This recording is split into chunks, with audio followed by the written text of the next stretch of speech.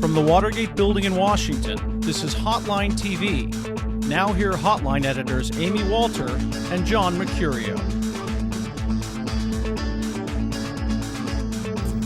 Welcome to Hotline TV. I'm Amy Walter. And I'm John Mercurio. T-minus 14 days to the Iowa caucuses, but today a look backward, sort of. Welcome to Hotline TV. Bill Clinton went on the Charlie Rose show recently and criticized Barack Obama, saying the 46-year-old Obama didn't have the experience to be president. Obama shot back, saying the same argument had been made in 1992 against, who else? The 42-year-old then governor of Arkansas, Bill Clinton, which got us to thinking, what would a campaign look like between Clinton 92 and Obama 08? All right, so Amy, with apologies to the Associated Press's Ron Fournier, who wrote a very similar story, let's handicap the Bill versus Barack on some key categories. So this is sort of putting them together at their prime. Correct. So Bill Clinton, Well, 92. Their prime, Barack that's a Obama. very subjective statement. You think this is Obama at his top? You don't think he's going to rise any further? You know, all right. You and your, aren't you on cold medicine? I am on a lot of cold that's what I'm medication gonna once do. again. All right, producer. Clinton's 12 years as governor versus Obama's as legislator and senator. Okay, let's just say the 12 versus 10. Little different here. Governor, granted of a not so big state, Very but tiny still state. executive decision maker v. state senator and United States senator, junior United For States 2 senator. years, for 2 or 3, going on 4 years. So Sure. I think in that case, and again, if we're talking about, let's pretend it's this year with those two candidates, 92 Bill, 08 Obama, change theme, I think Bill Clinton wins on that. As the governor, he's the outsider, the real outsider. Sure, and I mean, look, there's, you know, he's basically at the exact same place resume-wise as what Mike Huckabee is on the Republican side of the race, and you're not really seeing the same sort of lack of experience charges being made against Huckabee, except that he doesn't have the foreign policy experience. But executive experience, having dealt with a budget, having dealt with the state government, having dealt with questions of life or death, death penalty, same questions Clinton did in 92, are much more developed and sophisticated than the questions that we're asking about Obama's experience in Springfield. All right. Producer man? Foreign policy experience. So Bill Clinton, there was the draft dodging There thing. indeed. There back was in that. 92. God, this is very nostalgic. Isn't it? I feel like I'm already back there. No, I think that in the very short time that Obama has been on the Foreign Relations Committee, look, he's taken on Condoleezza Rice during her confirmation hearings for Secretary of State.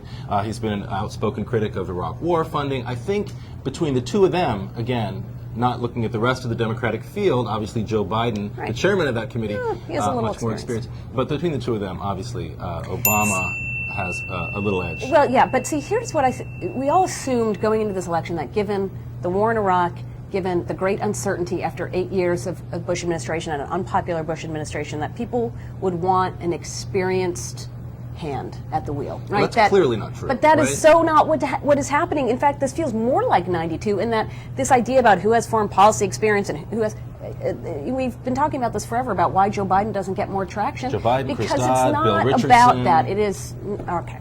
We've said it a lot. Okay. Right. Next. Negatives and scandals.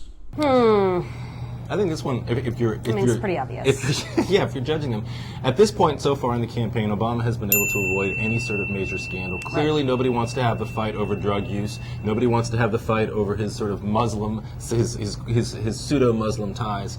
The media is not ready for that. The public doesn't seem to be ready for that. In '92, the public and the voters were clearly ready for a discussion of marital infidelity, of womanizing, of political, sort of chicanery, if you will, and I think you will. I don't know how to spell chicanery, but it sounds good. It does. It's delicious. Sounds like chicory. It's delicious. Is it like chicory? Sort of. Oh, okay. Sort of. Here's what I find, but what we learned about Bill Clinton, this was, remember, did you know he was the comeback kid? I've heard, Have you in heard fact, about that? and you can't say it enough. You can't. You can't say it enough. What the concern was is that Bill Clinton had been tested, and if he could survive the back and forth and the Paula Jones and all of that stuff in the primary, he would be a great general election candidate. But Obama, I think he has every legitimate, it's very legitimate for him to come out if he is to win Iowa and New Hampshire and say, if I could beat the Clinton machine, you know, I don't have those negatives, which are the roll of the dice negatives that Bill Clinton was talking about. Right. Although, look, I think that Billy Shaheen, who is no longer with the Clinton campaign, had a very good point. There are issues that will come up that the Republicans in a tight general election against a Barack Obama Democratic nominee will certainly raise, and they very well may be his drug use, his ties to Muslims, Barack Hussein Obama. Producer man, Who's the better campaigner? Dun, dun, dun. Well, I mean, look, there is no, well, I think a few months ago you'd have given this to Bill Clinton just because you say this is the most talented communicator of our time. And at the same time, when you see the crowds that continue to flock for Barack Obama, I mean, after all this time, the people of Iowa must have seen him now 15 times, and yet they still keep coming out to see him, so that he is not just a flash in the pan, and he has a resilience here that, you know, what we say is inspirational candidates, they don't work well, they don't road test well, they get worn down. He seems to have actually been picking up. I give this 100% to Bill Clinton. I think it's incomplete for Barack Obama. I think a lot of the new momentum that he's gaining has to do more with the fact that his main opponent, Hillary Clinton, has been floundering. Her campaign's been off message, and he's been able to sort of pull away from her support. But I don't think that necessarily means that he's become a better campaigner. I think as a performer on the political stage, he's fallen short of the expectations. Bill Clinton's still the master of a generation.